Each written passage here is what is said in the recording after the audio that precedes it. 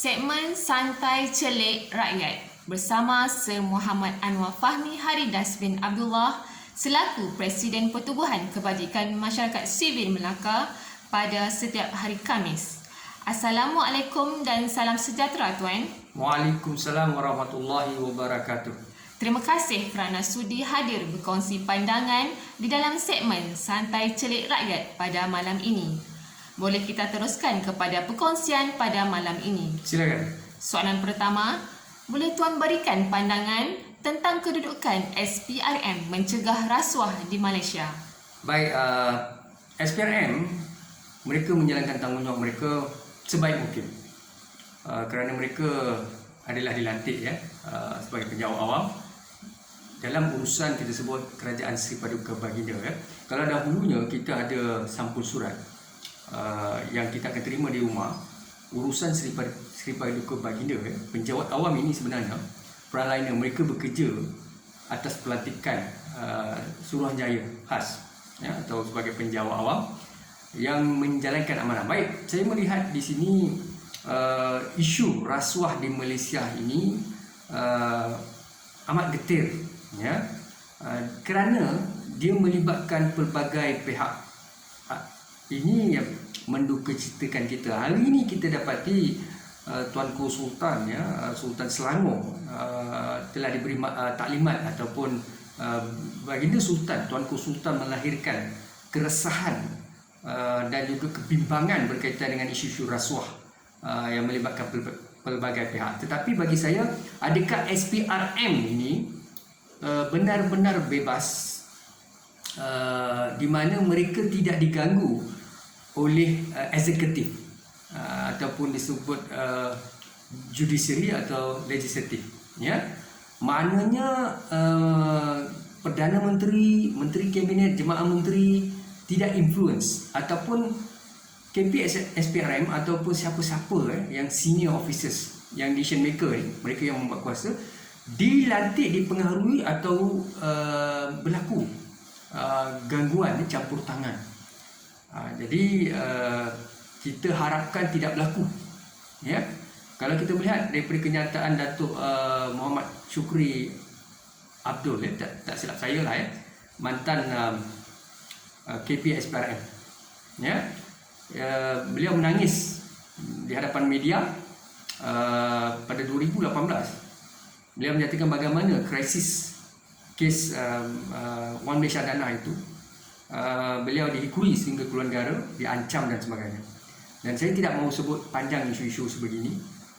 Persoalan saya telah banyak kali mengantar pandangan kepada istana, Tuanku Sultan dan Raja-Raja, termasuk Perdana Menteri dan KP SPRM sendiri. Saya mohon supaya PDRM, polis juga sama, Ketua Polis Negara, dan juga SPRM, agensi seperti Kasta Migration, pelantikan ketua jabatan ini tidak dicampuri oleh Perdana Menteri, dan kita minta mereka diletakkan di bawah Parlimen ataupun mereka melapor terus kepada Istana Negara.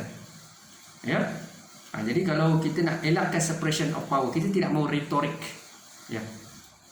Okey, soalan seterusnya, pernahkah tuan disogok atau diberikan rasuah dan apa yang tuan lakukan ketika itu? Baik, umur saya 46 tahun sekarang ini, pada hari ini.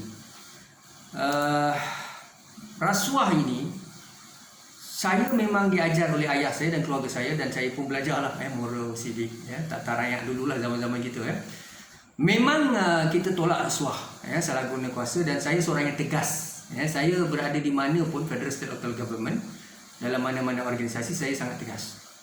Dan ketegasan saya ini menyebabkan banyak pihak yang kurang senang.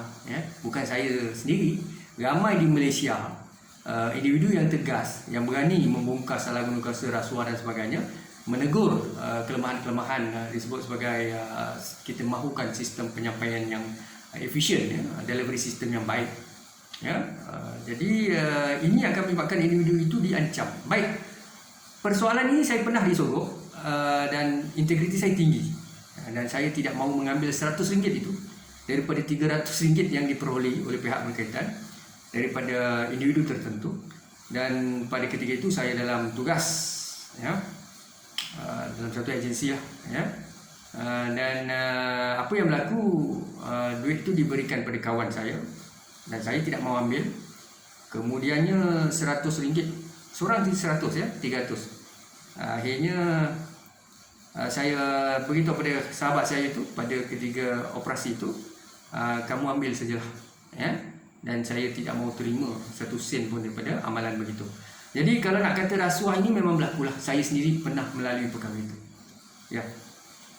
Harakan pegar makan padi. Apa ulasan Tuan berkaitan pemimpin dan frontliner yang korup di negara ini?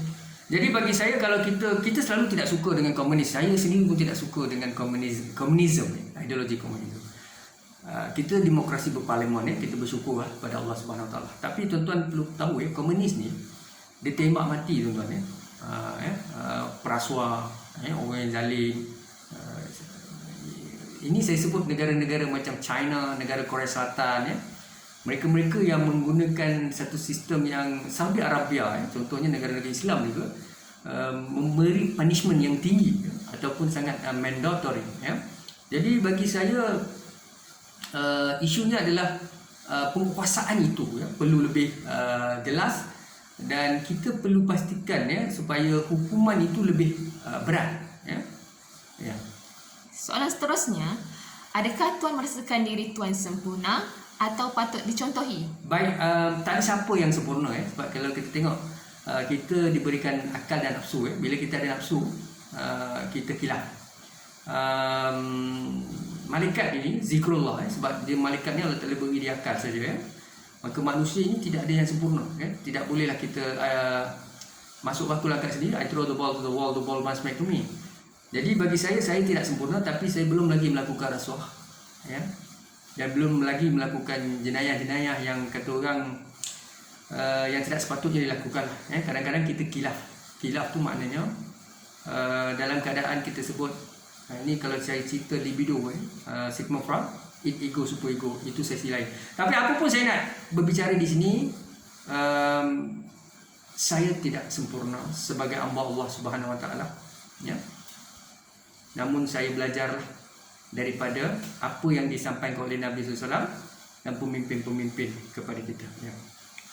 Pada pandangan Tuan, mengapa ramai pemimpin yang cerdik dan berkarisma namun lakukan juga jenayah rasuah atau salah guna kuasa? Baik, bagi saya ini isunya apabila kita dah terlalu lama dalam agensi ataupun dalam satu sektor itu sebagai ketua jabatan, CEO, sebagai pemimpin ya, bertahun-tahun ya, kita memimpin negara, organisasi. Sekiranya kita mempunyai integriti yang tinggi, kita tidak mudah dipengaruhi atau disogok, saya yakin dan percaya kita akan dapat mengawal ya. Tapi bila kita tidak ada integrity, accountability, sebab apabila kita terlalu lama dalam kepimpinan negara, menjadi pemimpin negara atau parti politik atau siapa saja memimpin 60 tahun, 70 tahun, parti politik yang sama memimpin Malaysia ataupun pemimpin yang sama, pemimpin veteran ini, maka kebarangkalian dia tinggi. Sebab itulah ada cadangan-cadangan supaya rotation ya, maknanya kita tukar-tukarkan pegawai, tukar-tukarkan pemimpin, ataupun kita sebut sebagai kita tamatkan sajalah mereka ya. Tak payahlah bagi 70 tahun, 80 tahun, 90 tahun memimpin sangat ya. Kerana perkara itu bukan isunya genius atau intellectual. Isunya adalah memberi ruang dan peluang kepada pemimpin pelapis yang baru, kerana rezeki ya mestilah dikongsi bersama ya. Apakah bukti pemimpin Malaysia atau CEO tidak memiliki penasihat yang betul? Baik, bagi saya ya, kita melihat kepada situasi ya, pemimpin seperti Datuk Seri Najib Razak. Ya, kita tahu anak kepada Allahyarham Tun Razak. Seorang yang Tun Razak itu baik ya, kita tahu ya rancangan bagaimanakah pembangunan negara ini dilakukan ya oleh Tun Razak, dan anaknya Datuk Najib ini sebenarnya seorang pemimpin yang bijak, tetapi penasihat-penasihat di keliling beliau ya. Kalau saya diberi peluang menjadi penasihat atau susulit kanan kepada Datuk Seri Najib, saya tidak akan beri peluang muka kepada Datuk Najib walaupun beliau adalah Perdana Menteri Malaysia. Dan ketegasan saya ini, tak kira lah bos mana sekalipun, saya akan tegas dengan bos saya, dan saya sanggup letak jawatan kalau bos tak mau dengar cakap saya lah ya. Kenapa? Sebab kalau perkara itu salah, tidak betul, tidak ada etika, prinsip, jenayah, salah guna kuasa, saya tegur. Saya akan mengajar what is the do and don'ts, dari segi PR, public relations, dari segi undang-undang dan sebagainya, dari segi image, reputation and identity, how to enhance your corporate image dan sebagainya. Baik, dan Pak Lah, saya nak beritahu Tun Abdul Ahmad Badawi menjadi Perdana Menteri Malaysia. Saya nak beritahu pada ketika saya di Putrajaya, penjawat awam jusa-jusa yang beratur di perhimpunan satu kementerian setiap pagi bersama Pak Lah. Tapi Pak Lah ni kalau dia janji pukul 8, dia tak akan sampai 8, dia akan sampai 8 suku 8.30. Okey. Jadi Pak Lah ni dia ada satu slogan, cemerlang gemilang terbilang, cemerlang gemilang terbilang. Pada ketika itu memanglah semua pemimpin dia ada dia punya trademark. So apabila Pak Lah selalu lewat, penjawat awam jusa-jusa C, jusa A yang duduk beratur ni bersama penjawat awam yang kumpulan sokongan profesional, mereka menyatakan yang jusa-jusa ni, kami dengar lah program bawah ni, Pak Lah ni cemerlang gemilang temberang. Maknanya temberang bukan gemilang terbilang, tapi temberang. Sebab Pak Lah ni lambat dibandingkan dengan Tun Mahathir. Tun Mahathir ni cepat. Tun Mahathir kalau dia kata pukul 8, dia 7.30 sampai. Pak Lah ni dia lambat. Bila saya berjumpa dengan seorang pegawai perhubungan awam kerajaan Putrajaya pada ketika itu, senior officers di kementerian berkaitan, saya tak nak sebutlah kementerian siapa dia semua. Saya jumpa PRO yang paling senior di Malaysia. Saya tanya wanita, puan, kenapa puan tidak menegur Pak Lah? Dia kata, puan sebagai PR, saya kata, puan sebagai PR officers, PRO, patutnya puan beritahu Pak Lah ataupun beritahu pegawai khas itu susulit. Dia kata, Cik Anwar ni berani, ada kekuatan, saya tak berani.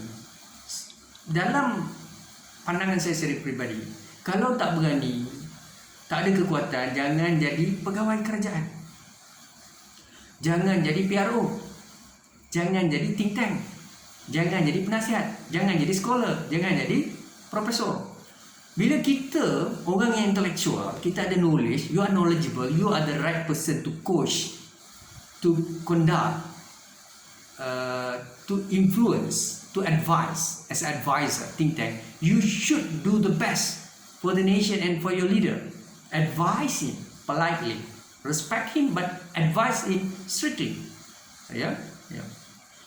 Apa pandangan Tuan berkaitan masa hadapan negara pada ketika pergolakan politik terkini? Baik, politik Malaysia ni, saya seorang yang cakap jujur. Saya tidak berpihak pada Tan Sri Muhyiddin Yassin, Datuk Najib, Datuk Zahid, Datuk Seri Anwar Ibrahim, Lim Guat Eng, Kim Siang, Tun Mahathir, tidak. Saya cakap tidak ramai berani menerima lah. Jadi beginilah, saya rasa politik Malaysia tidak stable. Semua orang tahu, scholars tahu, profesor tahu, rakyat tahu, pakcik-makcik semua tahu. Anak muda tahu, adolescents, teenagers, remaja tu semua tahu. Tapi tidak ada kekuatan, tapi kita lebih ramai pengampu daripada orang yang berani bercakap benda yang pahit. Yang pemimpin ni pula, dia tak boleh terima. Jadi bagi saya, tak kira lah kerajaan mana, saya tidak bias pada Barisan Nasional, Pakatan Harapan ataupun Perikatan Nasional. Kalau di Amerika, di Australia, di Singapura, di Indonesia, after elections, settle down, fokus. Tapi Malaysia tak boleh. Kenapa tak boleh? Sebab kerusinya tak mampan, tak empuk. 112 kerusi minimum untuk menjadi kerajaan di Malaysia ataupun dapat rule the country. Tapi sekarang kita melihat bagaimana percaturan. Kenapa kerajaan Tan Sri Muhyiddin Yassin ini sangat sukar. Dia bukan saja kerajaan Tan Sri Muhyiddin Yassin, kita pun tidak pasti selepas ini. Sebab sekarang ini kita melihat UMNO menyatakan mereka menarik keluar sokongan kepada Pakatan Perikatan Nasional, dan sudah pastilah Datuk Zahid telah menjelaskan kali kedua surat dihantar ke Dewan Tan Agong bahawa memang Tan Sri Muhyiddin tidak ada kerusi majoriti. Begitu jugalah Datuk Seri Anwar menyatakan perkara yang sama. Jadi apa pun bagi saya tidak bias politik, tidak berpihak kepada kerajaan tempatkan. Saya nak sebut perkara yang sama. Kalau kita tidak ada kestabilan seperti Amerika, seperti Donald Trump letak kalah dalam presidential elections, Joe Biden take over, sekarang Amerika smooth, boleh kawal, Singapura juga bagus, tidak ada isu politik lagi, ya, dapat sebab kerajaan stabil. Indonesia Jokowi pun stabil, boleh fokus. Malaysia tak boleh, tuan-tuan.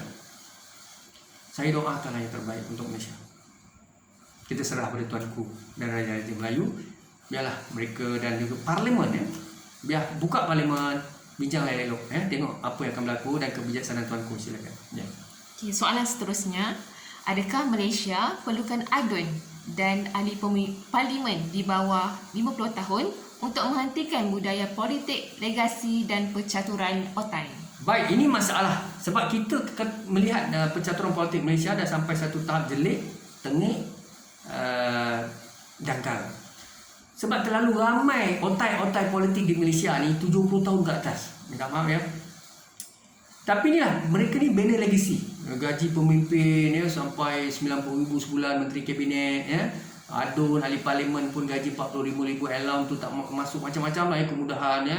Allowance pinggan mangkuk pun ada, ya, cuti, ya, baju sejuk, macam-macam lah. Ya, ada kenderaan dan sebagainya, allowance minyak, macam-macam allowance lah, ya, macam-macam mereka dapat, ya. Jadi persoalan saya di sini, apabila pemimpin-pemimpin otai ni, yang legasi ni, baik dalam UMNO, dalam barisan, dalam apa ni, PKR, dalam DAP, pemimpin otai-otai ni, mereka tak turun. Yang keduanya, orang-orang muda ni tak boleh nak menonjolkan, bukan muda umur 15 tahun. Muda tu maknanya 30-an, 40-an, 50-an, ya. Mereka tidak boleh nak contribute to the nation, to the political punya landscape, ataupun politik is about power, order, justice, ya. Mereka nak kuasa. Sebab itulah sekarang ni percaturan otai ini antara otai-otai ni, antara pemimpin senior ni, Tun Mahathir pun mahu jadi, ada cita-cita lagi nak jadi Prime Minister of Malaysia. Jadi bagi saya pun terkejut lah. Sebab bagi saya boleh sebut Tun Mahathir dah tiga kali, ya, dapat peluang menjadi PM. Kali kedua bersama Pakatan Interim saya anggap sebagai Prime Minister jugalah, ya. Jadi kalau sekarang ni pun ada cita-cita, saya rasa saya lah taubat nasuha. Ya. Pada pandangan Tuan, apakah sarjana dan profesor berani keluarkan kenyataan benar kepada media, rakyat atau pemimpin di negara ini? Ini jadi masalah besar. Jadi saya tak boleh jadi profesor, saya tak boleh jadi apa disebut sebagai golongan scholars lah, ya. Kerana di Malaysia atau di dunia, scholars ni disebut mereka yang ada PhD above and then high impact journal. Mereka-mereka yang expert dalam the niches atau niche, ya, atau sebuah bidang lah, bidang tu jahat. Profesor ni mereka-mereka yang Q1, Q2 index dan sebagainya, banyak contribute, ya, leader-leader yang dalam akademik, ya. Baik, saya nak sebut, bila kita dah jadi profesor, kita dah jadi scholars, kita kena cakap biar pahit, jangan kita bersekongkol, jangan kita dalam media RTM, TV3, media baru, apa ni, Twitter, Facebook dan sebagainya. Kenyataan kita lebih kepada pro kepada kerajaan atau pro kepada pembangkang. Tak boleh. Kita kena neutral. Cara kita cakap, ya. Kalau kerajaan tidak stabil, cakap benda tu. Budak tingkatan 5 pun tahu kerajaan tidak stabil. Tapi bila profesor bercakap, terkejut kita. Sebab saya dengar banyak pandangan rakan-rakan saya, dia kata, macam ni ke tuan profesor bercakap ni? Saya pun terkejut lah, ni prof mana ni bercakap macam ni? Saya nak beritahu majlis profesor negara. Ini cerita dulu. Kalau tak betul, panggil saya dan tanya saya balik, ya. Masa Datuk Najib jadi Prime Minister PRU13, saya melihat majlis profesor negara live dalam TV, saya tengok, pengacara, tengah mengacarkan program itu, dan majlis profesor pada ketiga itu menyatakan bahawa Barisan Nasional akan menang besar dalam pilihan raya PRU13.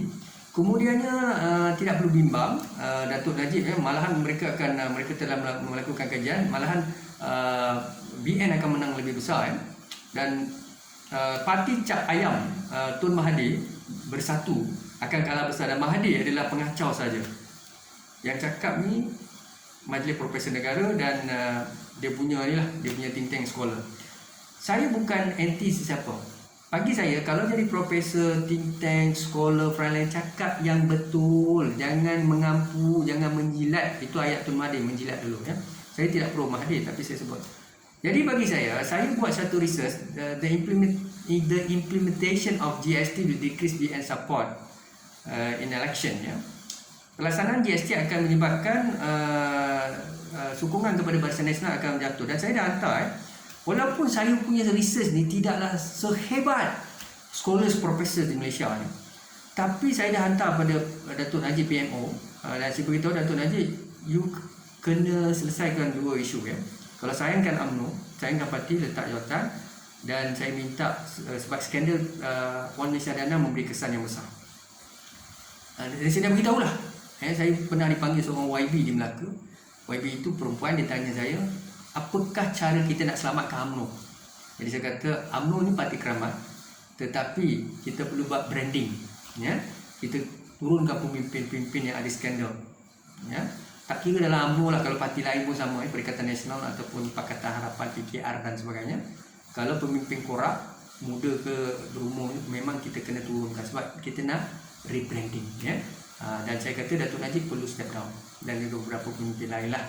Tapi YB itu terkejut, siapa berani? Saya kata saya dah buat, tapi cara bahasa saya menulis dengan Datuk Najib secara baik. Saya hormat pemimpin, he's a good leader, tapi dia tak ada advisor yang baik. Dan banyak kes-kes rasuah dan sebagainya ya. Kita pun tunggulah apa akan berlaku. Tapi bagi saya doa yang terbaik untuk semua pemimpin termasuk Datuk Najib ya. Okey, kita beralih pada soalan seterusnya.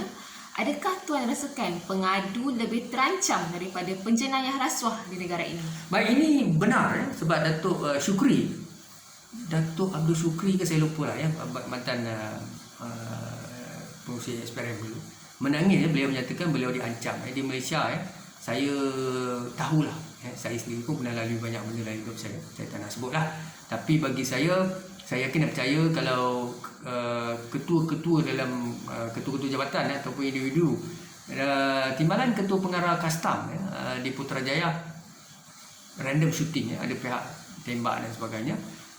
Ini kita tahulah memang ada dalam YouTube, Google hari itu pun Datuk Syafuruddin ditembak. Saya pernah makan bersama beliau, duduk bersama beliau di Putrajaya di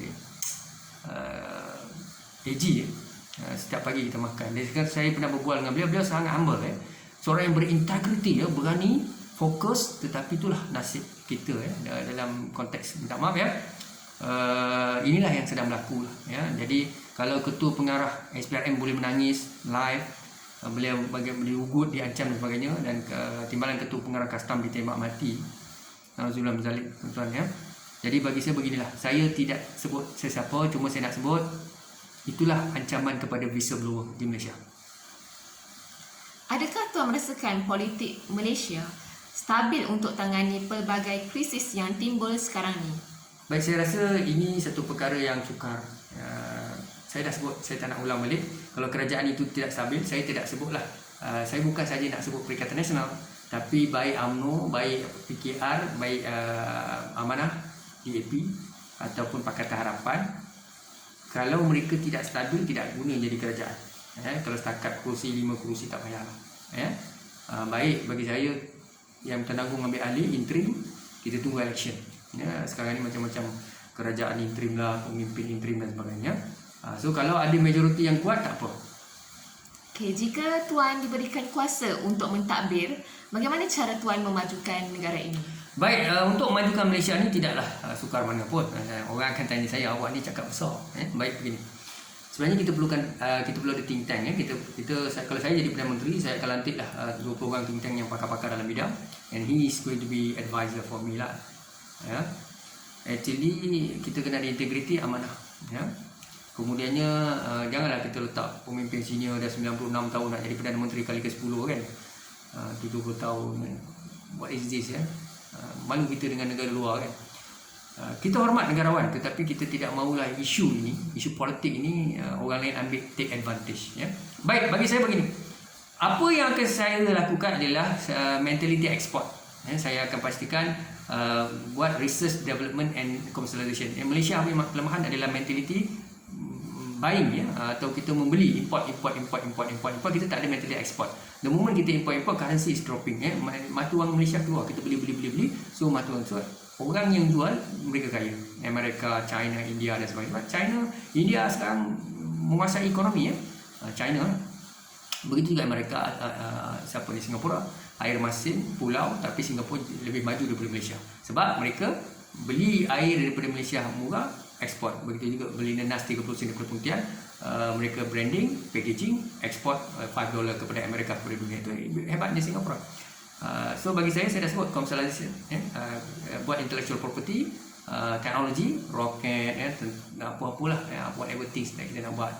It could be device, teknologi, apa saja, sophisticated instrument, vaksin pun saya pun terkejut. Kenapa kita tak boleh buat vaksin? Janganlah tanya saya, kamu cakap banyak kamu buat, saya bukan profesor. Saya bukan profesor, minta maaf, saya tak boleh buat ya. So kita ada ramai professors. What's going on? So di sini masalah kita. Allah takkan ubah nasib satu kaum melainkan kaum itu mengubah nasibnya sendiri. Kalau kita ada professors, kita ada pakar-pakar perubatan, kenapa kita tak boleh buat? Kenapa kita nak cuba? Kenapa itu masih yakin dengan China, yakin dengan Amerika, yakin dengan India? What's the problem? Manusia kita sama saja. You cakap banyak lah, you tak boleh buat kan? Memanglah, sebab saya dah kata saya bukan profesor. Ya. Pada pandangan Tuan, adakah sesiapa sahaja boleh menjadi Perdana Menteri Malaysia selain Tun Mahathir, Tan Sri Muhyiddin Yassin, Datuk Seri Anwar atau Datuk Seri Najib Tun Razak? Boleh. Ya, siapa-siapa puan moderator pun boleh jadi presiden atau prime minister ya. Siapa saya dah sebut tadi. Sebenarnya orang politik ni dia main politik je lah. Dia momokkan rakyat. Tanpa dia Malaysia ni tak boleh nak ke mana. Ya. Sebenarnya kita jangan jadi Tuhan. Tuhan tu satu, Allah Subhanahu Wa Taala. Jangan buat kerja Tuhan, buat kerja manusia. Apa berlaku pun pada saya, pada tuan kita meninggal, siapa saja meninggal, pemimpin Malaysia ni meninggal pun tetap ada berlapis. Jadi jangan retorik. Ya. Bagi saya dah sebut tadi, siapa saja boleh menjadi pemimpin, yang penting ada integriti, amanah, cekap, pendengar yang baik pun di sana. Kemudiannya cari think tank yang baik-baik, sentiasa bermasyarakat, musyawarah, muzakarah, buat yang terbaik. Saya rasa itu saja yang sempat saya bicara ini. Saya minta kita akan jumpa pada majlis akan datang. Silakan. Ya, mungkin. Baik, terima kasih kerana sudi menjawab soalan pada malam ini. Sehingga kita berjumpa lagi. Assalamualaikum warahmatullahi wabarakatuh. Waalaikumsalam warahmatullahi wabarakatuh.